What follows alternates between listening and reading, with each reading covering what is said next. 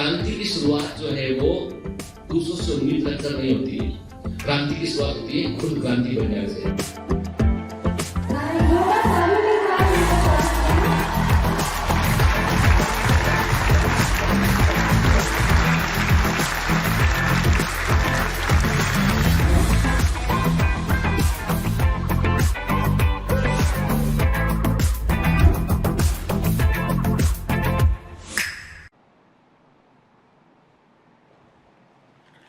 Hello commanders, welcome to Biomentors classes online. I am doctor Jitendra Singh. तो चलिए बेटा, biomolecules में हम आगे बढ़ते हैं। तो पिछली क्लास में हमने बात किया था लिपिड के ऊपर, उसके पहले देखा था हमने अमाइनो एसिड को देखा, हमने मोनोसैकेराइड्स को, डाइसैकेराइड्स को देखा हमने के। तो मतलब सेल के अंदर मिलने वाले माइक्रोमोलिक्यूल्स में हम देख चुके हैं कार्बोहाइड्रेट को, हम देख चुके हैं जो आपके कार्बोहाइड्रेट में जो शुगर था, मोनोसैकेराइड, डाइसैकेराइड, ट्राइसैकेराइड, उसका बात किया हमने। और हमने फिर क्या देखा कि प्रोटीन को बनाने वाली जो स्मॉल यूनिट होती है अमाइनो एसिड्स, उनको समझा हमने। और फिर लिपिड को देखा हमने, ठीक है ना। फिर हमने ये भी देखा बेटा कि सिंपलेस्ट लिपिड जो है वो क्या होना चाहिए, वो होना चाहिए मोनोग्लिसराइड होना चाहिए, क्योंकि लिपिड तभी वर्ड आप इस्तेमाल करेंगे जब फैटी एसिड और ग्लिसरॉल साथ में जुड़ेंगे तो सिंपलेस्ट लिपिड बनेगा मोनोग्लिसराइड, ठीक है, diglyceride and then the triglyceride. एक ग्लिसरॉल में 3 फैटी एसिड मॉलिक्यूल जो है जुड़ते हैं, ठीक है ना।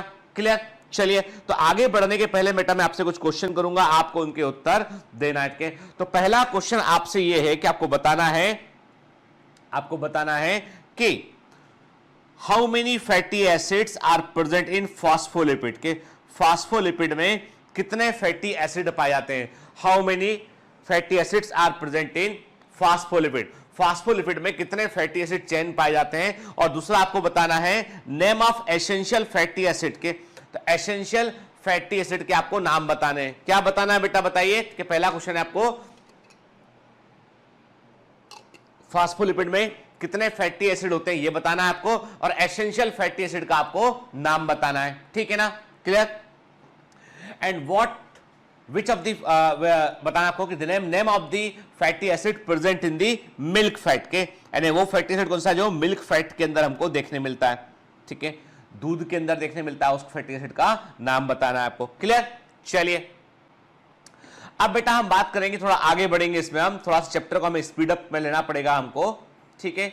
और अब हम बात करेंगे किसके बारे में बेटा? नाइट्रोजन बेस के बारे में बात करेंगे, न्यूक्लियोटाइड के ऊपर हम बात करेंगे, ठीक है। Living organism have a number of carbon compound in which heterocyclic rings are found can be found. देखो बेटा, अभी तक क्या देखा? अभी तक हमने जो है वो देखा मोनोसैकेराइड्स को देखा हमने, डाइसैकेराइड्स को देखा हमने, अमाइनो एसिड्स को देखा हमने, उसमें हमने एरोमेटिक अमाइनो एसिड के बारे में भी बात किया था हमने, जो है वो पायरन और furan structure of glucose and fructose के बारे में भी हमने बात किया था, ठीक है। हमने जो है वो रिंग वाले स्ट्रक्चर भी देखे हमने। एक क्वेश्चन का आपको आंसर करना है, आपको बताना है कि आपको ये बताना है कि जो कोलेस्ट्रॉल या एस्ट्रॉल, जो कोलेस्ट्रॉल या स्टेरॉल होता है उसमें जो 17 कार्बन रिंग होती है उसका नाम क्या होता है? कोलेस्ट्रॉल या एस्टेरॉल में जो 17 कार्बन रिंग होती है उसका नाम क्या होता है, ये भी आप मुझे बतलाएंगे, ठीक है ना। चलिए, अब हम बात कर रहे हैं कि कई ऐसे कंपाउंड आपको सेल के अंदर मिलते हैं जो नॉर्मल, हम जैसे कहते हैं कि नॉर्मल जो आपका आप देख रहे हैं मोनोसैकेराइड देख रहे हैं या अमाइनो एसिड देख रहे हैं, उनसे अलग होते हैं। They are the heterocyclic ring compound के। ये बेसिकली 2 कैटेगरी में हम बांट रहे हैं, प्यूरिन्स और पायरिमिडिन। हम आगे बात करेंगे जो नाइट्रोजनस, जिनके अंदर जो है वो नाइट्रोजन भी प्रेजेंट होता है। क्या लिखा है इसमें? Some of these are nitrogen bases adenine, guanine, cytosine, uracil and thymine, ठीक है। क्या होता है? कहने का मतलब यह है कि यदि आप सेलुलर पूल के अंदर, मैंने एक वर्ड बेटा इस्तेमाल किया था, मैंने एक शब्द का इस्तेमाल किया था कोशिकी पूल, मैंने एक वर्ड यूज किया था सेलुलर पूल वर्ड का मैंने यूज किया था, कोशिकी पूल वर्ड का मैंने यूज किया था। सेलुलर पूल का मतलब होता है कि सेल के अंदर मिलने वाले सारे के सारे मॉलिक्यूल, एटम जो भी सेल के अंदर प्रेजेंट है, सबको हम एक सेल के अंदर देखें, एक मीडियम मान लें सेल को, अब उसमें देखें तो सारे के सारे जो प्रेजेंट उनको हम कोशिकी पूल कहते हैं, ठीक है। उस सेलुलर पूल में हमने क्या कहा? हमने कहा कि आपको कई ऐसे कार्बन कंपाउंड देखने मिलेंगे जिनमें हेटेरोसाइक्लिक रिंग होगी, जिनमें अलग अलग विषम प्रकार की रिंग आपको देखने मिलेगी के, और ये होते हैं नाइट्रोजन बेस होते हैं। नाइट्रोजन बेस बेसिकली क्या होते हैं बेटा? ऐसे कंपाउंड होते हैं जिनमें कि आपको जो है वो एसेंशियल रूप से आपको नाइट्रोजन रिंग के अंदर देखने मिलती है। These are the compound having nitrogen in the ring. तो हेट्रोसाइक्लिक रिंग होती है इसमें कि इनको नाइट्रोजन भी हमको देखने मिलता है। ये होते हैं adenine, guanine, cytosine, uracil and thymine. इनको भी बेटा हम दो कैटेगरी में बांटते हैं, इनको भी हम दो कैटेगरी में बांटते हैं। एक होते हैं प्यूरिन, प्यूरिन इसमें आता है एडेनिन एंड ग्वानिन। दूसरे होते हैं पायरिमिडिन, दूसरे होते हैं पायरिमिडिन, पायरिमिडिन होते हैं दूसरे, ठीक है। जिसमें क्या आता है बेटा, जिसमें आता है साइटोसिन, थाइमिन और यूरोसिल आता है। तो प्यूरिन्स क्या होते हैं बेटा, एडेनिन और ग्वानिन प्यूरिन होते हैं, और पायरिमिडिन क्या होते हैं, साइटोसिन, थाइमिन और यूरोसिल पायरिमिडिन होते हैं। याद रखना कि purine is A double ring structure. Purine जो होते हैं वो कैसे होते हैं, वो दोहरी वाले डबल रिंग वाले स्ट्रक्चर होते हैं, they are the double ring structure. जबकि पायरिमिडिन क्या होते हैं, वो सिंगल रिंग वाले स्ट्रक्चर होते हैं, ये सिंगल रिंग स्ट्रक्चर होते हैं। याद रखिएगा, आगे बात करेंगे डिटेल में, आगे हम डिटेल में बात करेंगे। अब मेरी बात ध्यान सुनिएगा बेटा, ये जो नाइट्रोजन क्षार होते हैं, ध्यान से बात सुन के, द नाइट्रोजन बेस होते हैं, they are very very important for DNA and RNA के। ये डीएनए और आरएनए के लिए बहुत अधिक इंपॉर्टेंट होते हैं, क्योंकि सभी डीएनए में एक जैसी शुगर होती है, सभी डीएनए में एक जैसी शुगर होती है, डीऑक्सीराइबोस शुगर होती है। सभी आरएनए में एक जैसी शुगर होती है, राइबोस शुगर होती है। सभी डीएनए में एक जैसी शुगर होती है, डीऑक्सीराइबोस शुगर होती है। अभी हमने मॉलिक्यूलर बेसिस ऑफ इनहेरिटेंस को शुरू किया, वहां पर भी बात किया इसके ऊपर, है ना, ठीक है। सभी डीएनए में क्या होता है, डीऑक्सीराइबोस शुगर होती है। सभी आरएनए में जो है वो राइबोस शुगर होती है। सभी डीएनए में फॉस्फेट ग्रुप एक जैसा होगा। भाई फॉस्फेट ग्रुप में क्या वेरिएशन करोगे, एक जैसा होगा। सभी आरएनए में फॉस्फेट ग्रुप एक जैसा होगा। फिर प्रश्न उठता है कि डीएनए और आरएनए जो सूचनाओं को रखते हैं, जो इंफॉर्मेशन को रखते हैं, वो इंफॉर्मेशन किसके फॉर्म में होती है? कौन ऐसा है जो इंफॉर्मेशन को रखने के लिए एक लैंग्वेज के रूप में काम कर रहा है कि इंफॉर्मेशन में क्या लिखा है, ये बताने वाला कौन है? जब सारी शुगर एक जैसी डीएनए की, तो जब सब एक जैसा होगा तो कोई डिफरेंट तो रह नहीं जाएगा ना, सूचना कैसे मिलेगी उसमें से? भाई हम बोलते हैं आपसे कि इंफॉर्मेशन का मतलब क्या है, कि मैंने आपसे कहा कि आप एक सफेद दीवार देख रहे हैं, ठीक है, एक सफेद दीवार देख रहे हैं। अब मैं बोलता हूं आपसे कि इस सफेद दीवार में एक इंफॉर्मेशन है, ढूंढो। आप देखोगे कहां पे क्या है? आपको एक जगह पर एक लाल कलर का धब्बा दिख गया, आपको व्हाइट वॉल पे एक जगह पे रेड कलर का धब्बा दिख गया। आपने कहा सर हमको ये रेड कलर का धब्बा दिखाई दिया। यहाँ पे आपने इस पूरी दीवार में से उस रेड धब्बे को पहचान लिया क्योंकि वो अलग था, है ना। बाकी पूरी दीवार जो है व्हाइट थी, उसको आपने कहा कि इसमें तो कुछ लिखा हो सकता है, कैसे हम बताएं इसमें कि क्या लिखा है? एक अलग चीज थी, वो समझ में आपको आई। मतलब जब भी कभी बेटा हम, जिसे मैं आपसे कहता हूं कि आप जो लिखते हो, मान लो आप लिखते हो कोई चीज के बारे में, कोई भी आप स्टोरी लिखी आपने, कोई आंसर लिखा आपने, तो आपका पेपर, जिस पेपर पे लिख रहे हो वो तो व्हाइट है, तो व्हाइट पेपर तो पूरी कॉपी के अंदर प्रेजेंट है, उसमें कोई सूचना अकेले में नहीं है। आपका पेन मान लो ब्लू है, तो ब्लू पेन के अंदर भी सूचना नहीं है, यानी व्हाइट पेपर, ब्लू पेन, दोनों में इंफॉर्मेशन नहीं है। इंफॉर्मेशन किसमें? जो उससे लिख रहे हो आप, ABCD। आपने लिखा अमर, AMAR, अमर सर की बात कर रहा हूं, ठीक है। आपने लिखा अपना नाम रवि, RAVI। ये कोई ये नहीं बोलेगा आपसे कि ये ब्लू पेन से लिखा इसलिए रवि है, ब्लैक पेन से लिखा इसलिए ये नहीं बोलेगा। वो बोलेगा देखो R लिखा है, A लिखा है, V लिखा, I लिखा, तो रवि है वो। आई बात समझ में? इतना समझ लो अच्छे से कि जो भी डीएनए आरएनए की इंफॉर्मेशन है, उन सूचनाओं के लिए जो लैंग्वेज है, उस लैंग्वेज में जो शब्द इस्तेमाल होते हैं, जैसे कि आप देखते हैं ABCD में ABCD से लेकर Z तक आप अल्फाबेट 26 अल्फाबेट आप इस्तेमाल करते हैं, वैसे ही डीएनए और आरएनए की लैंग्वेज में जो अल्फाबेट है वो है एडेनिन, थाइमिन, ग्वानिन, साइटोसिन, ये डीएनए में है। एडेनिन, यूरोसिल, ग्वानिन, साइटोसिन ये आरएनए के अंदर है। डीएनए में यूरोसिल नहीं होता है, आरएनए में थाइमिन नहीं होता है, ठीक है। तो अब कहने का मतलब है ये जो नाइट्रोजन बेस है ये बड़े ही इंपॉर्टेंट है। ये डीएनए और आरएनए की को भाषा या लैंग्वेज प्रोवाइड कर रहे हैं, ये उनकी इंफॉर्मेशन को स्टोर करने का काम कर रहे होते हैं, ठीक है। तो ये जो नाइट्रोजन क्षार होते हैं, ये जब पेंटोस शुगर से, शुगर कौन सी होती है बेटा? डीएनए में डीऑक्सीराइबोस शुगर होती है, पेंटोस शुगर होती है। आरएनए में राइबोस शुगर होती है जो कि पेंटोस शुगर होती है। ये उनसे जुड़ते हैं और क्या बनता है उससे? न्यूक्लियोसाइड बनता है, उससे न्यूक्लियोसाइड बनता है, ठीक है। If a phosphate group is also found esterified to the sugar, यदि न्यूक्लियोसाइड से एक फास्फेट ग्रुप भी जुड़ जाएगा तो क्या बनेगा? न्यूक्लियोटाइड बनेगा।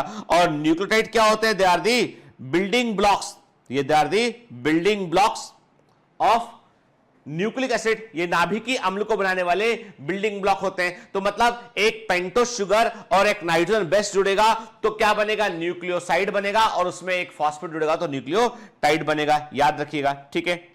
मतलब adenosine, guanosine, thymidine, uridine, cytidine, they all are the nucleoside. मतलब इसमें क्या है, एडेनिन प्लस पेंटोस शुगर है, इसमें पेंटोस शुगर, ठीक है। इसमें क्या है, ग्वानिन प्लस पेंटोस शुगर, इसमें क्या है, थाइमिन प्लस पेंटोस शुगर, इसमें क्या है, यूरोसिल प्लस पेंटोस शुगर, इसमें क्या है, साइटोसिन प्लस पेंटोस शुगर। तो क्या बन गया, न्यूक्लियोसाइड बन गया। तो न्यूक्लियोसाइड मतलब क्या है बेटा, मतलब पेंटोस शुगर और नाइट्रोजन बेस जुड़ेगा तो क्या बनेगा, न्यूक्लियोसाइड बनेगा। और जैसे मैंने आपसे कहा कि मैं बोलता हूं एडेनोसिन, तो मतलब समझ लेना अच्छे से कि मैंने न्यूक्लियोसाइड बताया, एडेनिन प्लस पेंटोस शुगर।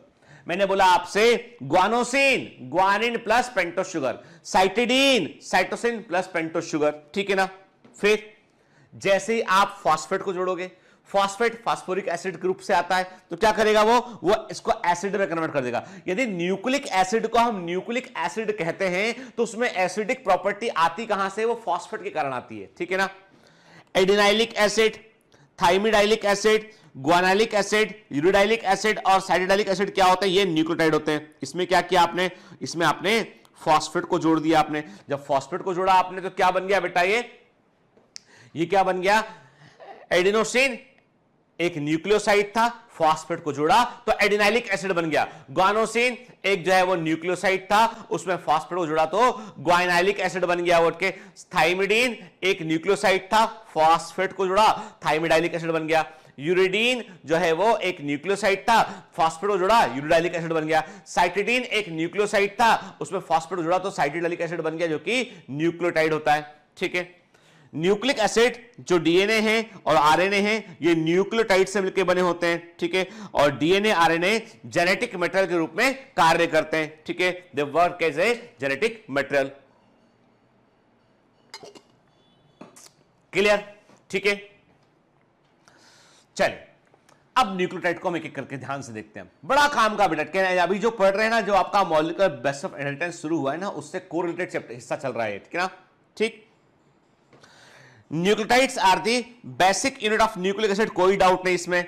दे आल्सो फॉर्म एनर्जी कैरियर। इसका मतलब क्या है, जो आपका एडेनोसिन ट्राइफॉस्फेट है, एटीपी है, ATP is the energy currency of cell. ये क्या है बेटा, ये कोशिका की ऊर्जा मुद्रा, this is the energy currency of cell. ये ऊर्जा कोशिका की ऊर्जा मुद्रा है, एनर्जी करेंसी है। जहां भी सेल को एनर्जी की रिक्वायरमेंट होती है एटीपी इस्तेमाल करते हैं। तो एटीपी क्या होता है, एडेनोसिन ट्राइफॉस्फेट, एडिनोसिन फॉस्फेट जुड़ा है, ट्राइफॉस्फेट एनर्जी कैरियर के। कुछ न्यूक्लियोटाइड ऐसे होते हैं जो को एंजाइम के रूप में काम करते हैं। को एंजाइम क्या करते हैं, they join with the enzyme, they join with the enzyme, ये एंजाइम से जुड़ते हैं, ठीक है, and they are the part of the enzyme, और उसकी एक्टिविटी को कंट्रोल करते हैं, उसकी एक्टिविटी को बढ़ाते हैं, ठीक है। यदि आप को एंजाइम को निकाल दोगे तो एंजाइम की एक्टिविटी काफी स्लो डाउन कर जाएगी, ठीक है। को एंजाइम एंजाइम को फास्ट करते हैं, उसको एक्टिविटी के लिए स्पेसिफिक कैरेक्टर प्रोवाइड करते हैं, ठीक है। ये होते हैं एनएडी। फुल फॉर्म है nicotinamide adenine dinucleotide. Full form क्या है इसका, nicotinamide adenine dinucleotide. NADP full form क्या है, nicotinamide adenine dinucleotide phosphate, nicotinamide adenine dinucleotide phosphate. एफएमएन flavin mononucleotide, flavin mononucleotide. FAD का फुल फॉर्म क्या है, flavin adenine dinucleotide, flavin adenine dinucleotide, ठीक है ना बेटा, क्लियर। एक न्यूक्लियोटाइड जो है वो 3 केमिकल से मिलकर बना होता है। एक उसमें पेंटोस शुगर होती है जो कि 5 कार्बन शुगर होती है, 5 कार्बन शुगर होती है। एक मोनोसैकेराइड होता है जो कि 5 कार्बन से बना होता है। डीएनए में डीऑक्सीराइबोज होगा, आरएनए में राइबोज होगा। नाइट्रोजन बेस होता है जो क्या होता है बेटा, प्यूरिन और पायरिमिडिन 2 कैटेगरी में बटा होता है, ठीक है। देन दी फास्फोरिक एसिड फॉस्फेट होता है, ठीक है। देखिए आप ना, आप देख रहे हैं ये पेंटोस शुगर के। आप देखिए डीऑक्सीराइबोज और राइबोज शुगर में फर्क क्या है कि डीऑक्सीराइबोज शुगर में जो हाइड्रोक्सिल ग्रुप है, जो रिएक्टिव ग्रुप है, वो कार्बन नंबर 3 पर प्रेजेंट है और कार्बन नंबर 5 पर प्रेजेंट है। यही वो हिस्से हैं जहां से डीऑक्सीराइबोज शुगर किसी केमिकल से जुड़ सकती है, कोई रिएक्शन वो कर सकती है, ठीक है। ठीक है। कार्बन नंबर यानी कि कोई रिएक्शन वो कर सकती है, मतलब क्या कर सकती है वो, फॉस्फेट के साथ जुड़ने की जगह केवल यही है। कार्बन नंबर 1 जो है it is reserve for the nitrogen base, हमेशा नाइट्रोजन बेस, हमेशा पेंटोस शुगर से जब भी कभी नाइट्रोजन बेस जुड़ेगा तो कार्बन नंबर 1 पर जुड़ेगा, क्योंकि वहां पर भी हाइड्रोक्सिल ग्रुप प्रेजेंट है, वहां पर भी हाइड्रोक्सिल ग्रुप प्रेजेंटेड के यहां पर। तो कार्बन नंबर 1 पर फॉस्फेट कभी नहीं जुड़ता है, कार्बन नंबर 1 पर फॉस्फेट कभी नहीं जुड़ता है, हमेशा कार्बन नंबर 1 पर नाइट्रोजन बेस जुड़ता है। फॉस्फेट हमेशा जुड़ता है कार्बन नंबर 3 पर और 5 पर जुड़ता है डीऑक्सीराइबोस शुगर में।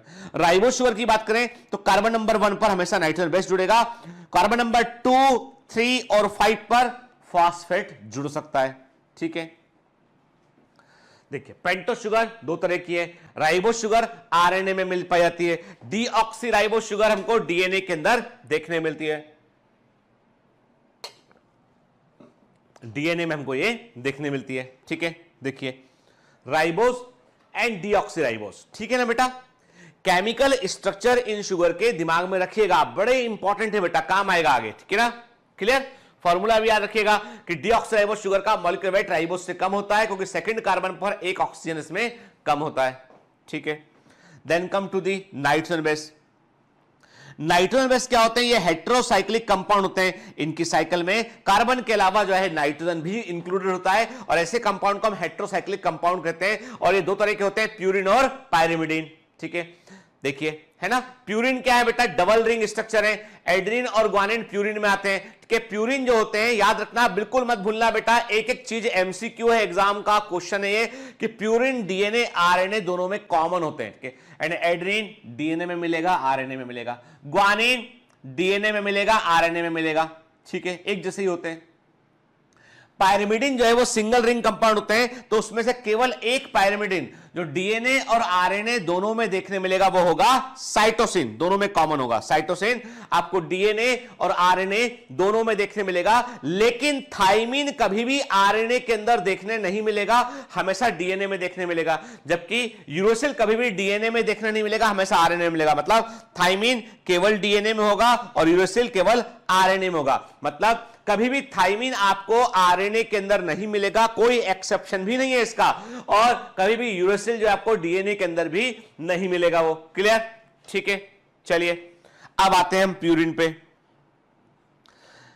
Large sized nitrogen containing biomolecule purine बड़े आकार के नाइट्रोजन युक्त बायोमोलिक्यूल होते हैं। ठीक है, ध्यान देना, प्यूरिन की पायरिमिडिन की तुलना में प्यूरिन का साइज बड़ा होता है, डबल रिंग कंपाउंड होते हैं, जबकि पायरिमिडिन सिंगल रिंग कंपाउंड होते हैं। ये 9 मेंबर्ड डबल रिंग कंपाउंड होते हैं, इनमें 4 नाइट्रोजन आपको रिंग के अंदर देखने मिलेंगी, जो 1, 3, 7 एंड 9 पोजीशन पे होंगी। याद रखना, ये थोड़ा सा क्या है बेटा, डीप सीटेड इंफॉर्मेशन है, जो एग्जाम में कई बार पूछ ली जाती है। तो इनमें आपको जो नाइट्रोजन है, 4 नाइट्रोजन मिलेंगे रिंग में, 1, 3, 7 और 9 पोजीशन पे के।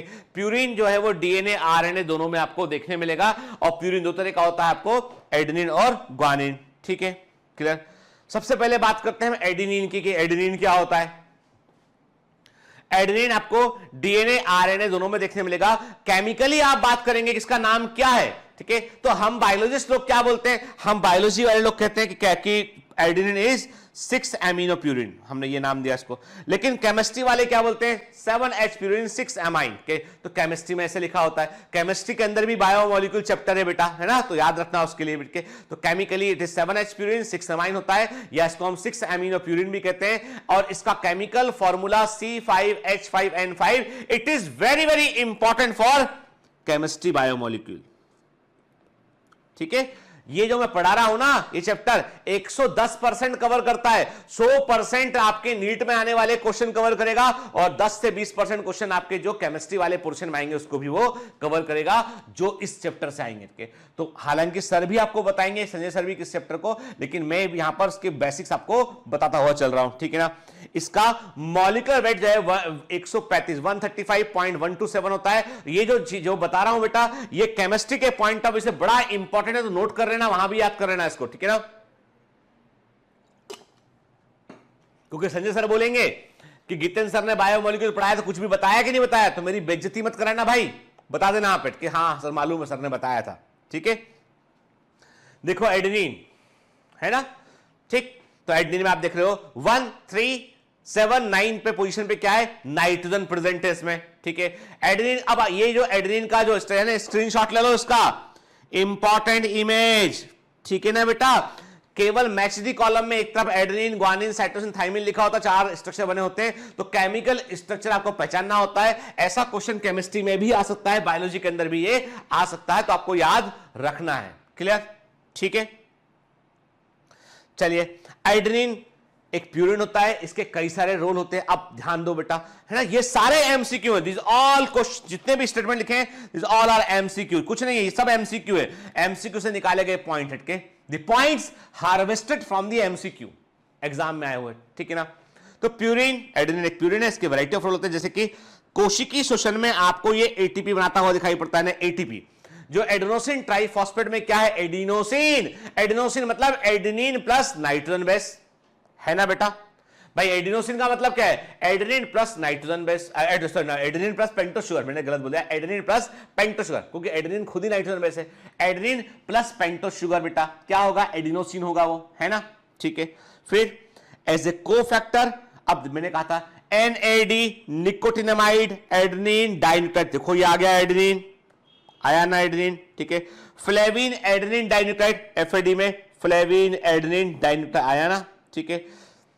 इसका भाग है कोएंजाइम का एडेनिन। फिर क्या है, और जब प्रोटीन जो है वो in protein synthesis as a chemical component of DNA and RNA. अब आप बोलोगे सर प्रोटीन सिंथेसिस का मतलब क्या है, अरे भाई प्रोटीन को बनाने की सूचना होती है डीएनए के पास, डीएनए से सूचना जाती है एमआरएनए के पास, और एमआरएनए इस इंफॉर्मेशन पर राइबोसोम पे काम करके प्रोटीन को बनाता है। ऐसे ही कोई डीएनए अपने आप को एक्सप्रेस करता है, तो डीएनए की सूचनाओं को एमआरएनए पर लेने के लिए भी आपको प्यूरिन पायरिमिडिन दोनों की रिक्वायरमेंट होगी आपको, क्या। तो ये एक्चुअली प्रोटीन सिंथेसिस का कंट्रोल करता है, it we have like a component of DNA and RNA, क्योंकि डीएनए आरएनए में यदि नहीं होंगे तो प्रोटीन के बनाने की इंफॉर्मेशन नहीं मिल पाएगी, ठीक है, क्लियर।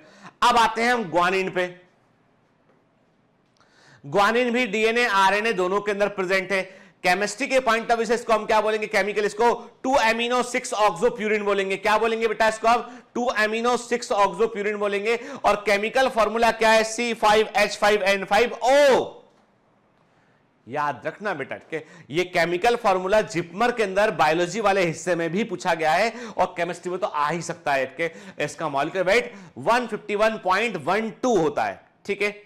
ग्वानिन एक ऐसा प्यूरिन है जिसके 2 टॉटोमरिक फॉर्म देखने मिलते हैं, 2 आपको टॉटोमरिक फॉर्म देखने मिलते हैं आपको के, एक जैसे होते हैं, कुछ जगह पर उसमें डिफरेंस होता है, तो 2 फॉर्म आपको देखने मिलते हैं, एक कीटो फॉर्म होता है और एक इनॉल फॉर्म होता है, के याद रखिएगा आप, ठीक है। जो बता रहा हूं उतना याद रखिए, और डिटेल में मत जाइए, और डिटेल में आपको केमिस्ट्री वाले सर लेकर जाएंगे, ठीक है।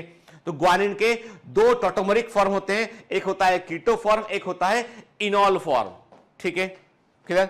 देख रहे हैं आप ये एडेनिन देन द ग्वानिन, तो किसको फोकस करना है आइटम को, ये तो एडेनिन है ये, ठीक है, ये हम ऑलरेडी देख चुके हैं इसको। अब दिस इज द ग्वानिन, ये है ग्वानिन, ठीक है, ये ग्वानिन, ठीक है। स्क्रीनशॉट ले लीजिएगा बेटा, और स्ट्रक्चर याद रखने, मुझसे मत बोलना बाद में कि सर आपने क्वेश्चन दिया टेस्ट के अंदर हमसे नहीं बना, ठीक है। मैं आपको इस पोर्शन से भी क्वेश्चन दूंगा, भले ही वो केमिस्ट्री में आता हो, मैं पर क्वेश्चन दूंगा आपको। हमें सारी संभावनाओं के लिए बेटा तैयार रहना होता है, ठीक है।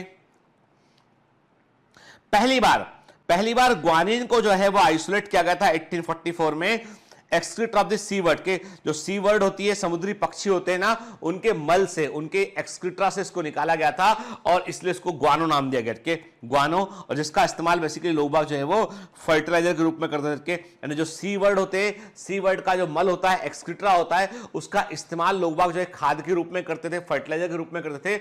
उससे जो है ग्वानिन की डिस्कवरी हुई, चूंकि उस फर्टिलाइजर को ग्वानो बोलते थे, क्या बोलते थे उसके लिए, ग्वानो नाम का इस्तेमाल करते थे, इसलिए इसको ग्वानिन कहा गया, ठीक है, ठीक। तो एडेनिन और ग्वानिन के स्ट्रक्चर बेटा दिमाग में रखिएगा, है ना, भूलेगा मत के, एडेनिन और ग्वानिन के स्ट्रक्चर आपको ध्यान में रखने, क्लियर। चलिए आगे बढ़ते हैं।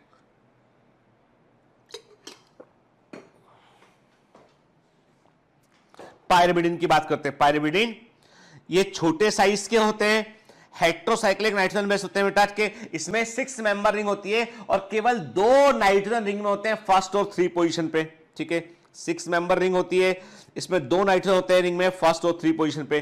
3 तरह का होता है पायरिमिडिन, साइटोसिन, थाइमिन और यूरेसिल। साइटोसिन आपको जो है डीएनए आरएनए दोनों में देखने मिलेगा, लेकिन आपको थाइमिन केवल डीएनए में देखने मिलेगा, यूरेसिल केवल आपको आरएनए में देखने मिलेगा। तो पहले बात करते हैं साइटोसिन की।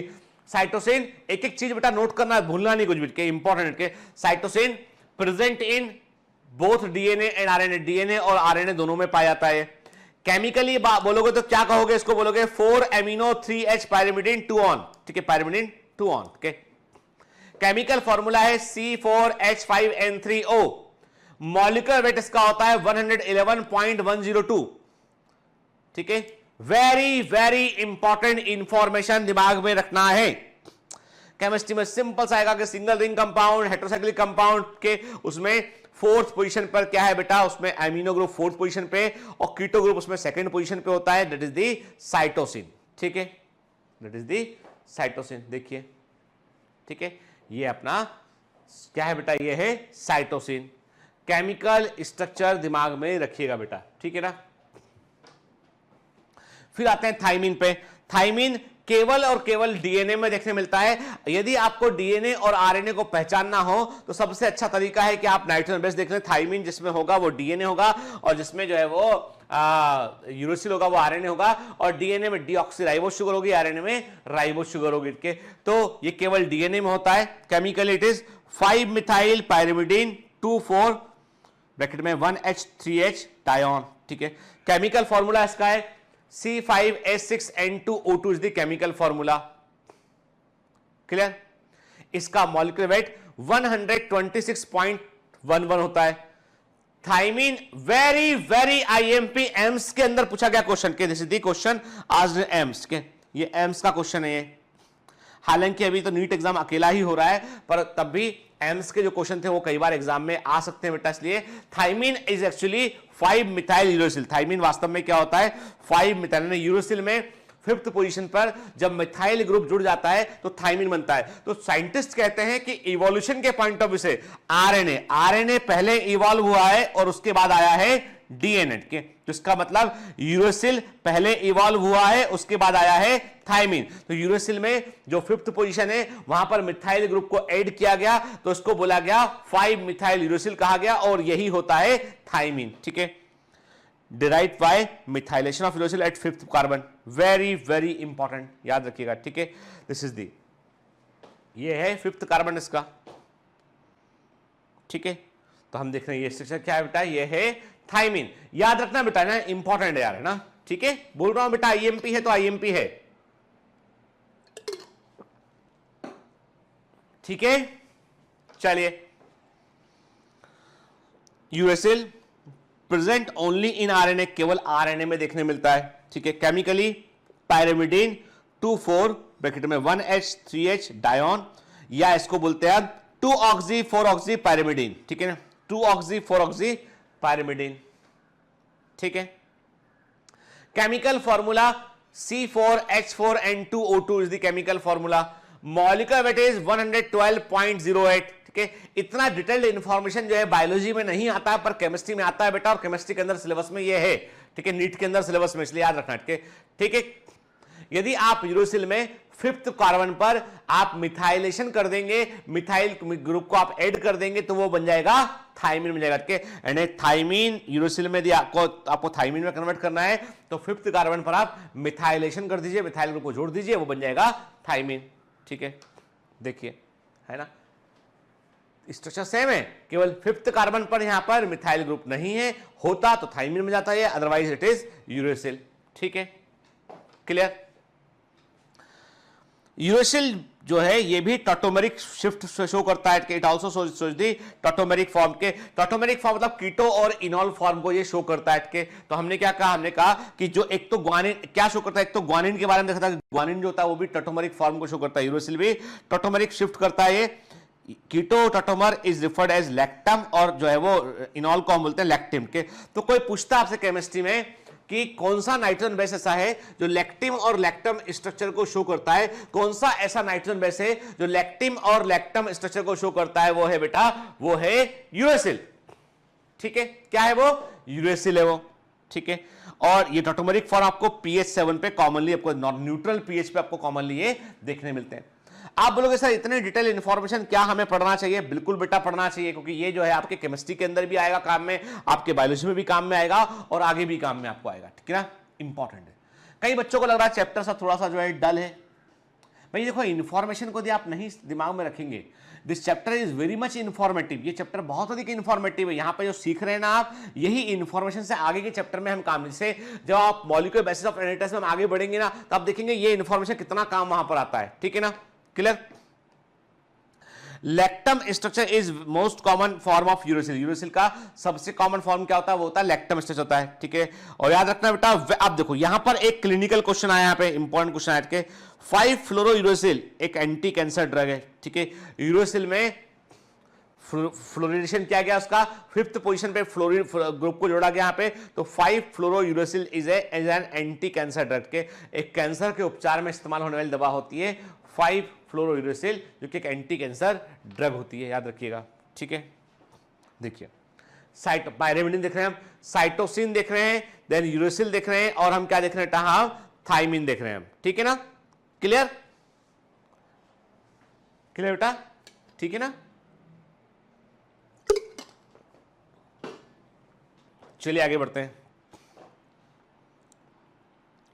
इंपॉर्टेंट नोट डाल लेते हैं।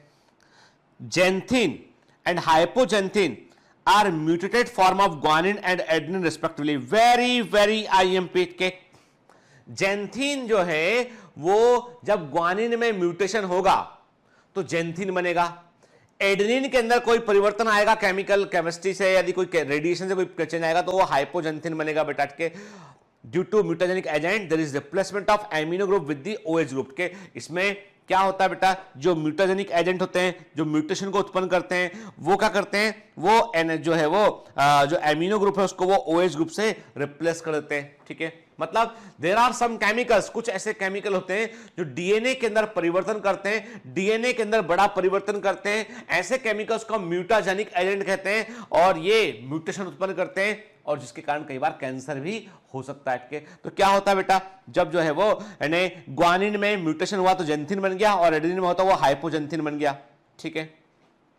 चलिए अब बात करते हैं हम न्यूक्लियोसाइड की बात करते हैं। जब एक नाइट्रोजन बेस को हम पेंटोस शुगर से जोड़ते हैं तो क्या बनता है, न्यूक्लियोसाइड बनता है। याद रखना पेंटोस शुगर से क्या जुड़ रहा है, नाइट्रोजन बेस जुड़ेगा तो कौन सा बॉन्ड बनेगा बेटा, यानी बॉन्ड बनेगा यहां पे ग्लाइकोसिडिक बॉन्ड बनेगा। क्या बनेगा, ग्लाइकोसिडिक बॉन्ड बनेगा यहां पे के।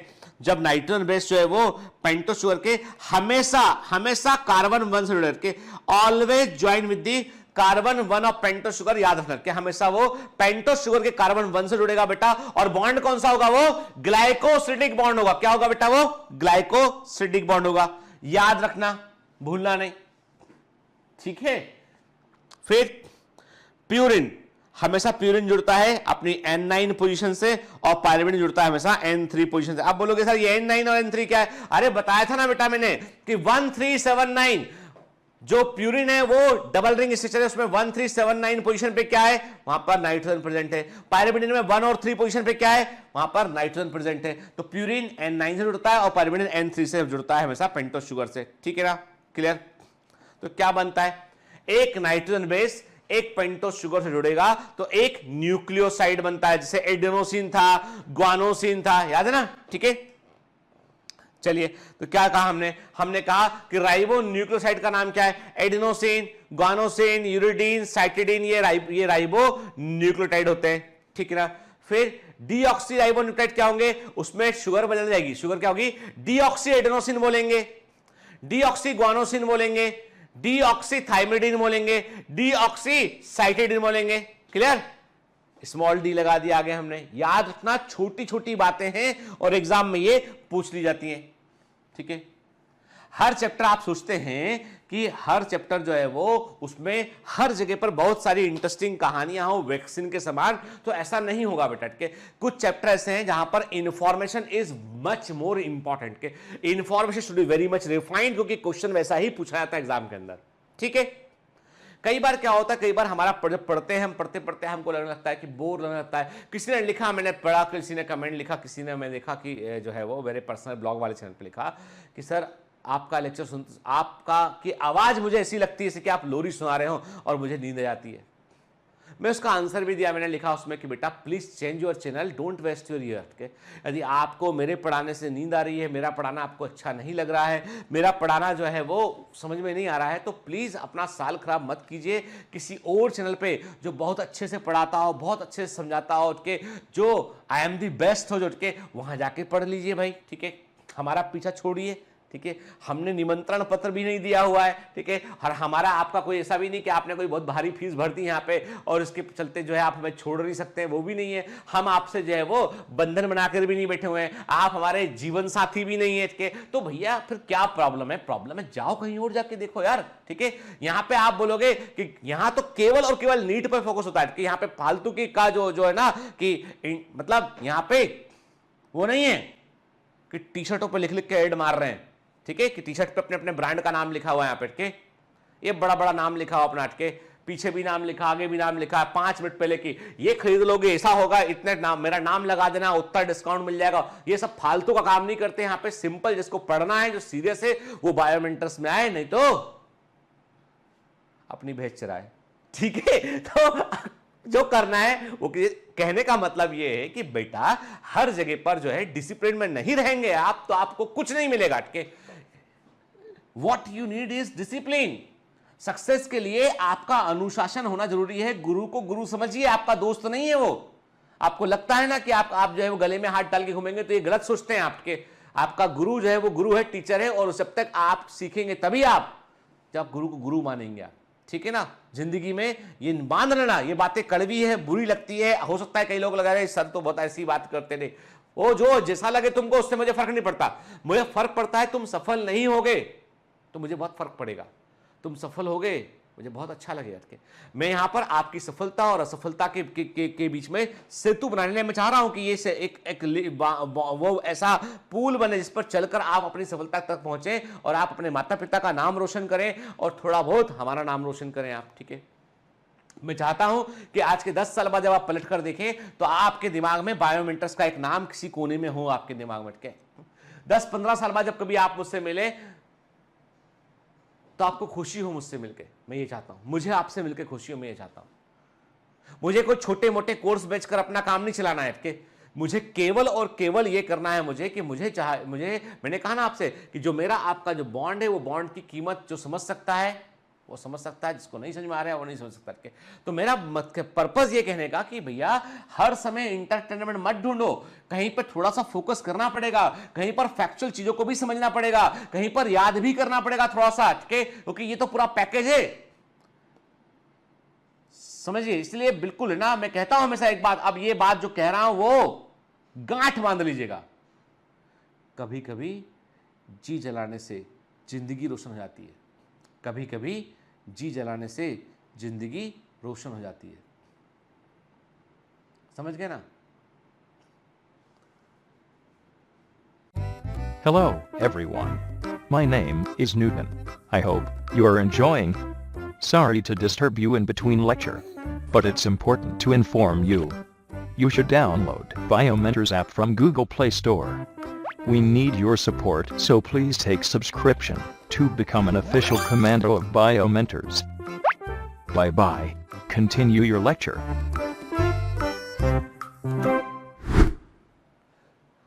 तो ये जो आपकी परिश्रम है ना, इसका फल बेटा जरूर मिलेगा, इसलिए हमेशा लगे रहिए मेहनत के।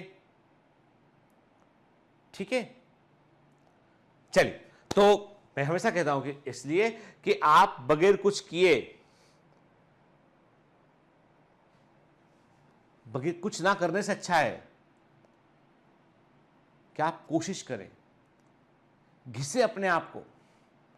ठीक है, एग्जाम की तैयारी एक तपस्या के समान होती है और इस तपस्या में वही सफल होता है जो कंसिस्टेंसी से बना रहता है, जिसके दिमाग में जो है ना आपके, यानी आप जब भी कभी आप जो है कुछ भी आपके दिमाग में आता है ना, तो आप ये सोचिए कि हमको अपने मंजिल तक पहुंचना है, ये हमारे लिए प्राइमरी टारगेट है, इससे बढ़कर कुछ नहीं हमारे लिए। वो जब आप सोचेंगे तो आपको सफलता मिलेगी। ठीक है, चलिए, तो डीऑक्सी, तो मैंने कहा ना स्मॉल डी जो है छोटा सा मैंने लगा दिया, मैंने कहा याद रखना इस चीज को बेटा। ठीक है, फिर चलिए अब आते हैं न्यूक्लियोटाइड की बात करते हैं। न्यूक्लियोटाइड क्या होते हैं? They are the phosphoric acid esters of nucleoside. अब कहने का मतलब क्या है, केमिस्ट्री की लैंग्वेज है, बोलता है कि न्यूक्लियोसाइड में आपने फॉस्फेट को जोड़ा, आपने फास्फोरिक एसिड को जोड़ा आपने, तो क्या बन गया? वो न्यूक्लियोटाइड बन गया। तो एक्चुअली यदि आप केमिस्ट्री के पॉइंट ऑफ व्यू से बोलेंगे तो आप क्या बोलेंगे? आप बोलेंगे nucleotide are the phosphoric acid esters of nucleoside के। लेकिन बायोलॉजी में बोलेंगे तो क्या बोलेंगे आप? They are actually the phosphorylated nucleoside के। ऐसे न्यूक्लियोसाइड में फॉस्फेट जुड़ चुका है। This is the language of biology. Biology में बोलेंगे हाँ ये फास्फोराइलेटेड न्यूक्लियोसाइड है। केमिस्ट्री में बोलेंगे they are the phosphoric acid esters of nucleoside. ठीक है, तो मतलब एक न्यूक्लियोसाइड और एक न्यूक्लियोटाइड में फर्क किस चीज का है बेटा? फॉस्फेट का फर्क है। Most common MCQ in the examination. ठीक है, the phosphate group joins with the carbon 5 और कार्बन 3 ऑफ डीऑक्सीराइबोस शुगर। हमेशा याद रखना, डीऑक्सीराइबोस शुगर में 3 जगह पर हाइड्रोक्सिल ग्रुप प्रेजेंट था, कार्बन 1 पर, कार्बन 3 पे और कार्बन 5 पे। ठीक है, कार्बन 1 का हाइड्रोक्सिल ग्रुप को हटा दिया गया और उसकी जगह पे क्या जुड़ गया? नाइट्रोजन बेस वहां पे जुड़ चुका है। ठीक है, तो वो अवेलेबल नहीं है। अब कार्बन 3 और कार्बन 5 जो है, दो ही जगह ऐसी है जहां पर फॉस्फेट ग्रुप जुड़ सकता है, और एक अकेले न्यूक्लियोटाइड में, एक सिंगल न्यूक्लियोटाइड में हमेशा प्रेफरेबल जगह होती है कार्बन 5। ठीक है, वही फॉस्फेट जुड़ेगा। ठीक है, समझ गए ना? एक न्यूक्लियोटाइड में फॉस्फेट कहां जुड़ेगा? कार्बन 5 पर जुड़ेगा। कार्बन 3 वाला जगह खाली छूट जाएगा, जो अगले न्यूक्लियोटाइड से बॉन्ड बनाने में काम आएगा। छोटी छोटी बातें दिमाग में रखना है इनको, ये काम आएंगी बेटा जब आप मॉलिक्यूलर बेसिस में आप आगे जाएंगे तो ये काम आएगा यहां पे। ठीक है, फिर कार्बन 3, 5 और carbon 3 are the only carbon where hydroxyl group are present, और जहां पर हाइड्रोक्सिल ग्रुप प्रेजेंट है वहीं पर फॉस्फेट जुड़ सकता है, याद रखना। ठीक है, तो इसका मतलब ये है कि जो है डीऑक्सीराइबोस शुगर पर कार्बन नंबर 1 पर जो हाइड्रोक्सिल ग्रुप था वो ऑलरेडी नाइट्रोजन बेस वहां जुड़ चुका है, तो वो अवेलेबल नहीं है। कार्बन 3 और कार्बन 5 पर हाइड्रोक्सिल ग्रुप प्रेजेंट है, वहां पर जो है फास्फोरस जुड़ सकता है, और बेसिकली प्रेफर करता है वो कार्बन 5 को, यानी एक अकेले न्यूक्लियोटाइड में कार्बन 5 पे जुड़ेगा। तो मतलब एक सिंगल न्यूक्लियोटाइड में कौन सा कार्बन, कौन सा हाइड्रोक्सिल ग्रुप फ्री छूट गया है? 3 वाला फ्री छूट गया है वो। ठीक है, क्लियर? देखिए अपना, देख रहे हैं आप, राइबोस शुगर है तो उसमें कार्बन 1, कार्बन 2, कार्बन 3, कार्बन 5 पर जो है वो क्या प्रेजेंट है? हाइड्रोक्सिल ग्रुप प्रेजेंट है। ये हमेशा नाइट्रोजन बेस से जुड़ा होता है। ठीक है, तो डीऑक्सीराइबोस शुगर, राइबोस शुगर में आरएनए के शुगर में कार्बन 2, कार्बन 3 और कार्बन 5 पोजीशन पाई जाती है। ठीक है, जबकि डीऑक्सीराइबोस में क्या है? कार्बन 1 पर नाइट्रोजन बेस जुड़ चुका होता है। ठीक है, कार्बन 2 पे हाइड्रोक्सिल ग्रुप नहीं होता है, यहां होता है और यहां होता है 3 और 5 पे। ठीक है, राइबोस शुगर में जो फॉस्फेट ग्रुप है वो कार्बन 5, कार्बन 3, कार्बन। अब देखो ये क्यों ऐसे लिखा है सीक्वेंस में कि प्रेफरेबली सबसे फेवरेट जगह कार्बन 5 है उसके जोड़ देगी, फिर कार्बन 3 है, फिर कार्बन 2 है इसमें। ठीक है, the phosphate group join with the carbon of pentose sugar which has hydroxyl group, हमेशा वहीं जुड़ेगा। ठीक है, अब जो राइबो न्यूक्लियोटाइड होते हैं उनको क्या बोलते हैं, कैसे पुकारते हैं उनको?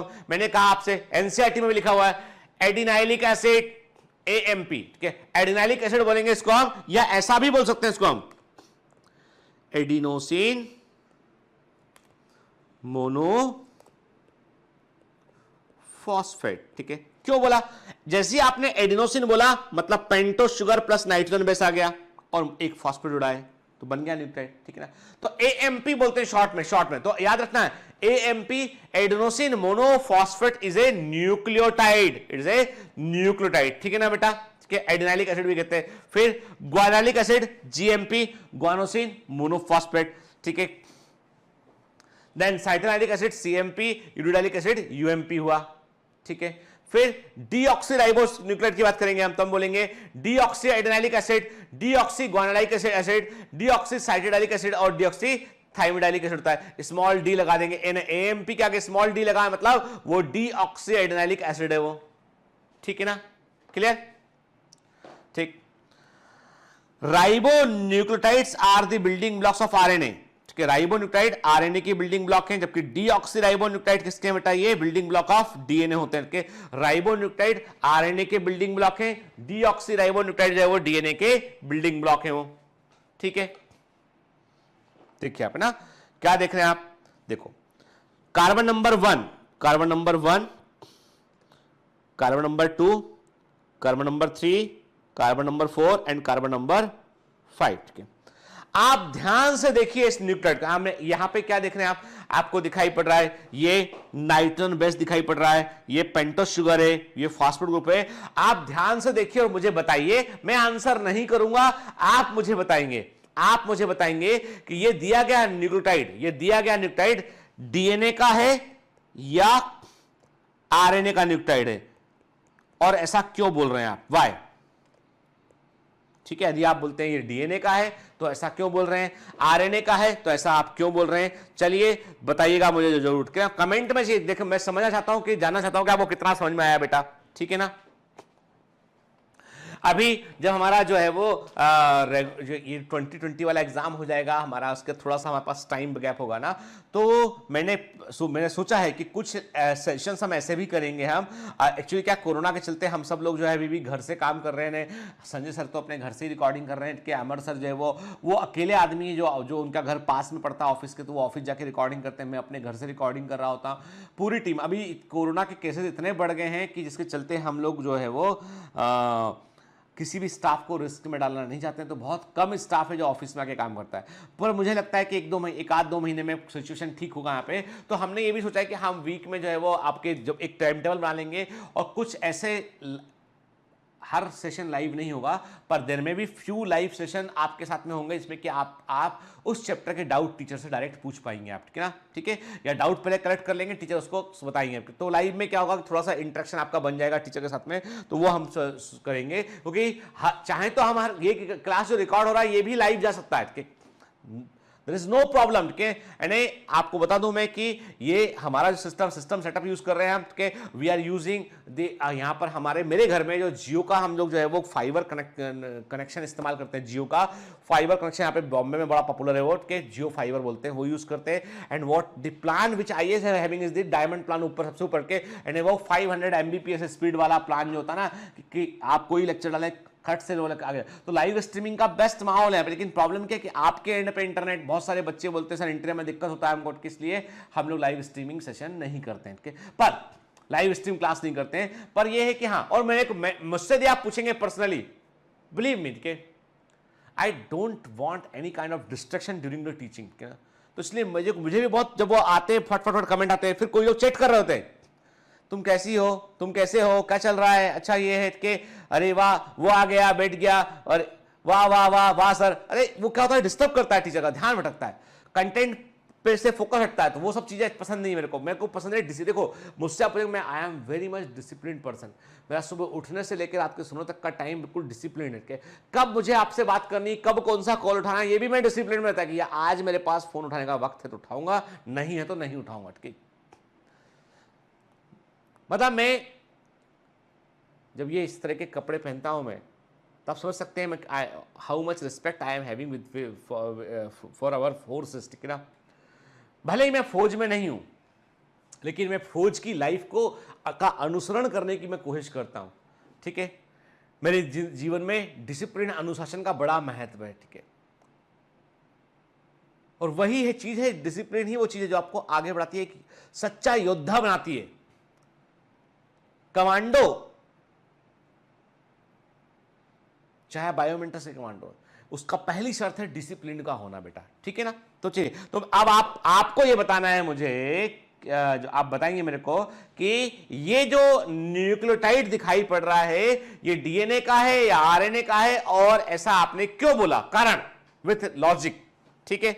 चलिए देखिए, अब हम सबको पता है, ध्यान से मेरी बात सुना के, हम सबको पता है कि एक न्यूक्लियोटाइड कैसे बना, ये नाइट्रोजन बेस, ठीक है, ये पेंटोस शुगर, और ये फिफ्थ पोजीशन फॉस्फेट, ऐसे बना ना, ठीक है। अब एक सिंगल न्यूक्लियोटाइड में कार्बन नंबर 1 पर हाइड्रोक्सी ग्रुप प्रेजेंट था, वहां पे क्या जुड़ गया, वहां पर नाइट्रोजन बेस आके जुड़ गया। कार्बन नंबर 5 पे क्या जुड़ गया, फॉस्फेट जुड़ गया। अब कहां पर हाइड्रोक्सी ग्रुप खाली था, कहां पर हाइड्रोक्सी ग्रुप खाली था, कार्बन नंबर 3 पे खाली था, ये था खाली। इसने दूसरे न्यूक्लियोटाइड के साथ में बॉन्ड बनाया, कैसे बनाया, फॉस्फेट के पास वैलेंसी है बेटा बड़ी संख्या में, कि फॉस्फेट एक से अधिक बॉन्ड बना सकता है। तो फॉस्फेट ने एक बॉन्ड तो बनाया, एक न्यूक्लियोटाइड के अंदर बॉन्ड बनाया उसने कार्बन 5 पे, और दूसरा बॉन्ड दूसरे न्यूक्लियोटाइड के कार्बन 3 से बना लिया उसने। तो एक ही फॉस्फेट, ध्यान से बात सुन, एक ही फॉस्फेट दो बॉन्ड बना रहा है, एक बॉन्ड खुद के न्यूक्लियोटाइड के अंदर, दूसरा बॉन्ड दूसरे के साथ में। फास्फो डाई मतलब दो, डाई मतलब दो, ईस्टर मतलब शुगर के साथ, उसकी शुगर के साथ भी और अपनी शुगर के साथ भी। क्या बोलोगे बॉन्ड को? क्या बोलोगे बॉन्ड को? Phosphodiester bond. ये जो फॉस्फेट है ये शुगर के साथ में दो बॉन्ड बना रहा है, एक तो अपनी खुद की शुगर के साथ में एक न्यूक्लियोटाइड के अंदर और दूसरा दूसरे न्यूक्लियोटाइड के साथ में। तो क्या बोलोगे? फास्फो डाई ईस्टर बॉन्ड बोलोगे। बोलोगे कि नहीं बोलोगे? तो लेकिन यदि, सुनना मेरी बात को, एक अकेला न्यूक्लियोटाइड है, ये एनसीईआरटी में लिखा है, मॉलिक्यूलर बेसिस ऑफ इनहेरिटेंस के अंदर लिखा हुआ है, यदि एक न्यूक्लियोटाइड के अंदर फॉस्फेट जुड़ा है तो कौन सा बॉन्ड है? यदि एक सिंगल न्यूक्लियोटाइड में फॉस्फेट जुड़ा है बेटे तो कौन सा बॉन्ड है वो? क्या उसे फास्फोडाइस्टर बॉन्ड बोलोगे? नहीं बोलोगे यार। क्यों बोलोगे उसको? वो क्या है? वो फास्फो ईस्टर बॉन्ड है। वो क्या है बेटा? वो फास्फेट। एक सिंगल न्यूक्लियोटाइड में जो फॉस्फेट जुड़ा है वो फास्फो ईस्टर बॉन्ड है, और जब वो दूसरे से भी जुड़ गया है तो फास्फो डाइस्टर बॉन्ड बन गया वो। क्लियर? ठीक है, चलिए, तो ये तो बात हुई न्यूक्लियोटाइड के बारे में। अब थोड़ा और कहानी को आगे बढ़ाते हैं, ठीक है, स्टोरी के थोड़ा और आगे स्टोरी में हम जाते हैं। कुछ ऐसे न्यूक्लियोटाइड हैं जो बोलते हैं वो कि यार हम डीएनए और आरएनए का भाग बनने से भी आगे हैं।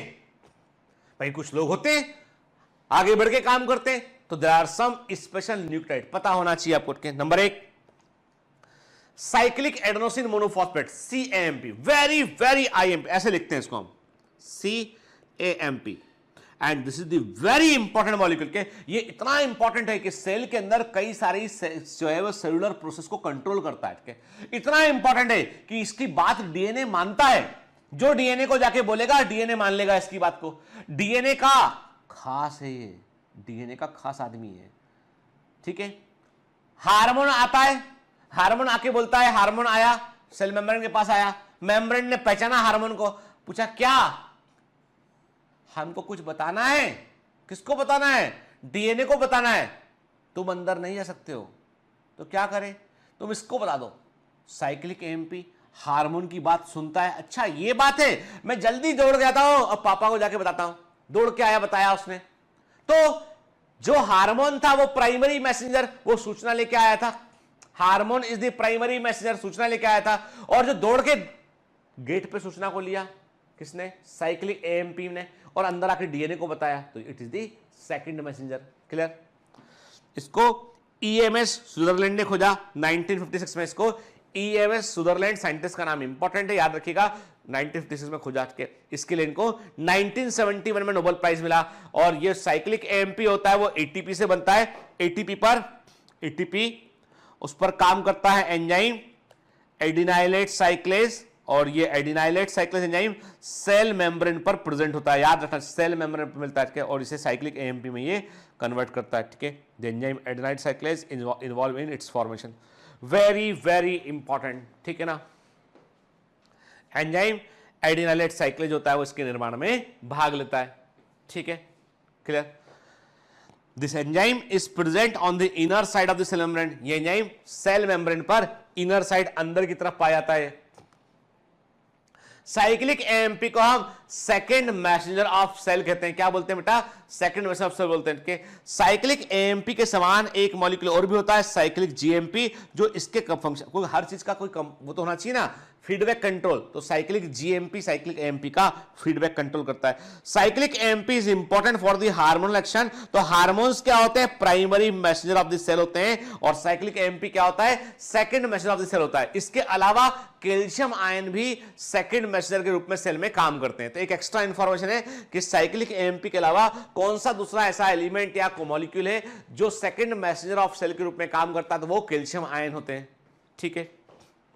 चलिए अब बात करते हैं हम हायर न्यूक्लियोटाइड की बात करते हैं। हायर न्यूक्लियोटाइड का मतलब यह कि ऐसे न्यूक्लियोटाइड जिनमें एक से अधिक फॉस्फेट प्रेजेंट है। नॉर्मली न्यूक्लियोटाइड में एक फॉस्फेट होता है, पर कभी कभी एक से अधिक फॉस्फेट हो सकता है उसमें, ठीक है, और ये फॉस्फेट टू फॉस्फेट जुड़ता है।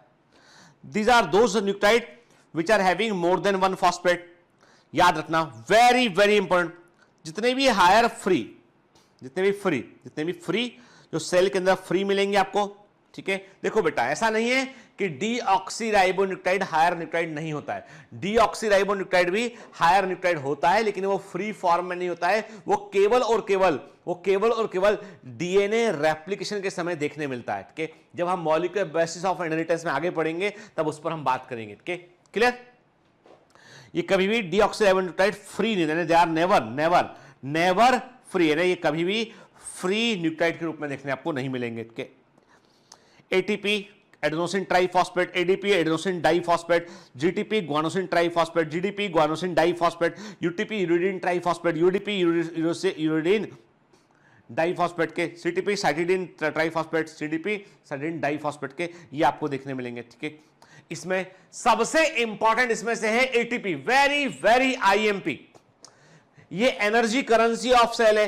पूरी सेल के अंदर जो करेंसी चलती है ना, जो सेल जिस भाषा में बात करती है, रुपया चलता है हमारी कंट्री में, अमेरिका में डॉलर चलता है,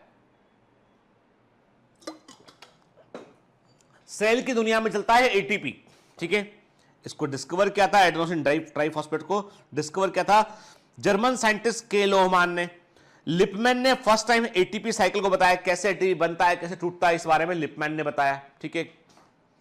एटीपी को हम एनर्जी करेंसी ऑफ सेल कहते हैं, इसे हम कोशिका की ऊर्जा मुद्रा कहते हैं। ये सभी प्रकार के जो भी लिविंग सेल हो, चाहे प्रोकैरियोटिक सेल हो, चाहे यूकैरियोटिक सेल हो, सब में आपको एटीपी देखने मिलेगा।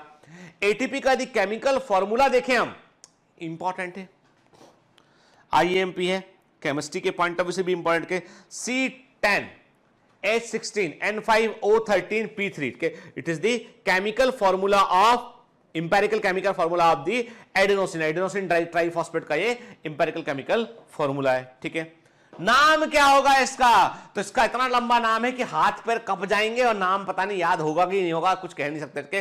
पर सुन लो एक बात, के किसी को डराना हो ना तो नाम पूछ लेना, किसी को चमत्कार दिखाना हो ना कि अच्छा कोई ज्यादा होशियार बनना हो ना, बोल लेना अच्छा एटीपी का केमिकल नाम बता पूरा, ठीक है।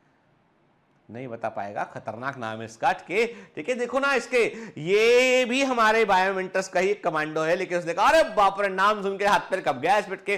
5-6 एमिनोप्यूरिन, 9 वाइल आयल के, 3-4 dihydroxy oxolan, 2 yl methoxy hydroxy phosphoryl oxy hydroxy phosphoryl oxy phosphonic acid. हे भगवान, कितना लंबा नाम, कौन नाम रखता है ऐसे यार? कहा अच्छा वो अपन लोगों के नाम ऐसे नहीं होते हैं, तो बड़ा प्रॉब्लम हो जाता है, ठीक।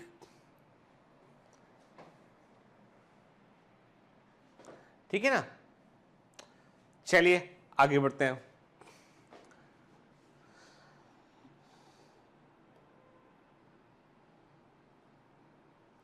मॉलिक्यूलर वेट इसका कितना होता है? 507.181 इज द मॉलिक्यूलर वेट, ठीक है। This is the chemical structure of the ATP. ये एटीपी का एक केमिकल स्ट्रक्चर दिखाई पड़ रहा है हमको, है ना, ठीक है।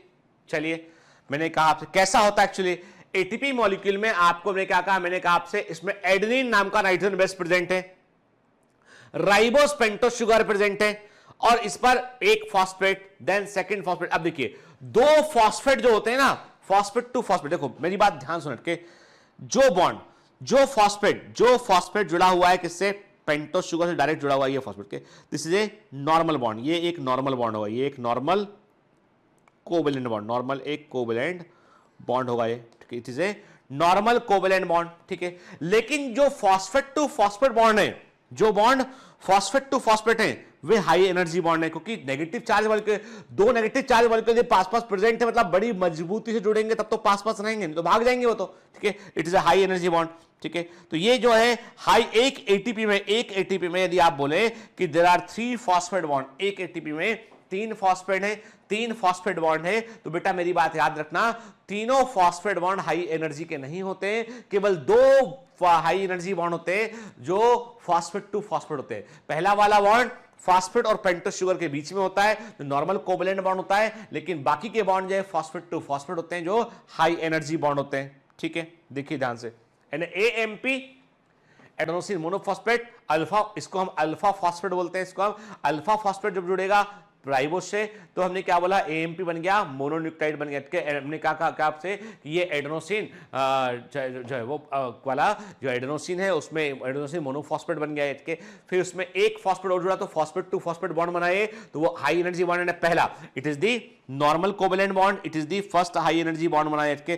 तो ये क्या है, ये बीटा अल्फा फॉस्फेट से बीटा फॉस्फेट जुड़ेगा तो फॉस्फेट टू फॉस्फेट आपको हाई एनर्जी बॉन्ड देखने मिलेंगे, एडीपी बन गया, एडेनोसिन डाइफॉस्फेट बन गया। फिर तीसरा थर्ड फॉस्फेट जुड़ा है, जिसे गामा फॉस्फेट कहा हमने, तो क्या बन गया बेटा, ये दूसरा हाई एनर्जी बॉन्ड बन गया, एडेनोसिन ट्राइफॉस्फेट बन गया। तो एडेनोसिन ट्राइफॉस्फेट में दो हाई एनर्जी फॉस्फेट बॉन्ड होंगे और एक नॉर्मल कोवेलेंट बॉन्ड होगा।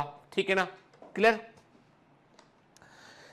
In ATP, there are 3 phosphate. The first phosphate is known as alpha phosphate.